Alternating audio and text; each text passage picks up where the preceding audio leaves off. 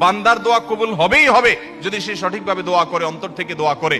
দোয়া না করার জন্য ইবলিস আমাদেরকে একটা যুক্তি দিচ্ছে, সেই যুক্তিটা শুনেন। সেই যুক্তিটা হলো, প্রথমটা তো এটা যে আমরা দোয়া করতে জানি না, তো আমি শিখাই দিলাম দোয়া করবেন কেমনে। সূরা ফাতিহা পড়বেন, দুরূদ শরীফ পড়বেন, দোয়া শুরু করবেন, ব্যাস।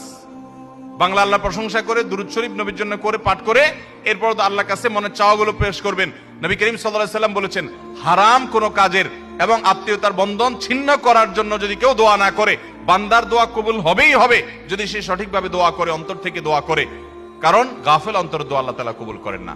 আপনার মায়ের পেঁয়াজ দরকার নাই, আপনি কোনো কথা বলতে জানেন না, ভাই যে বোবা, তারও তো মনের চাওয়া আছে, আছে না নাই? তো আল্লাহ তাআলা তার মনের যদি কেউ সকালে 3 কুল 3 বার করে পাঠ করে, সূরা ইখলাস 3 বার, সূরা ফালাক 3 বার, সূরা নাস 3 বার যদি কেউ পাঠ করে, সন্ধ্যার আগ পর্যন্ত সারা দিনের জন্য ওই পাঠকারী ব্যক্তি আল্লাহ তাআলার জিম্মায়, আল্লাহর হেফাজতে, আল্লাহর নিরাপত্তায় সে চলে যায়।